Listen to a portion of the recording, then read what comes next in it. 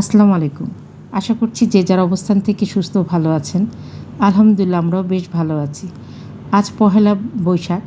প্রায় ৩ বছর পর মনে হচ্ছে আমরা পহেলা বৈশাখটাকে একটু অন্যভাবে পেয়েছি। প্রত্যেকেই প্রত্যেকের জায়গা থেকে এই দিনটাকে কিছুটা অন্যভাবে পালন করতে চেষ্টা করেন। খাওয়ার মেনুতে চেঞ্জ আসে, কেউ বা নতুন কাপড়-চোপড় পরে, আমরাও তার ব্যতিক্রম নই।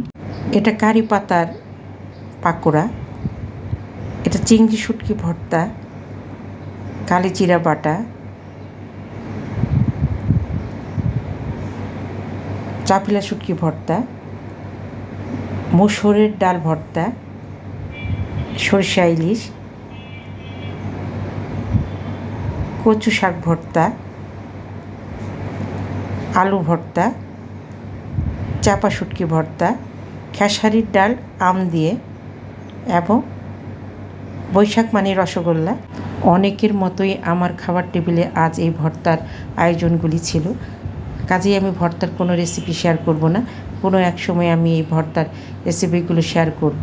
যারা দিলরুবার হেসেলকে সাবস্ক্রাইব করে আমার পাশে আছেন তাদেরকে অসংখ্য ধন্যবাদ।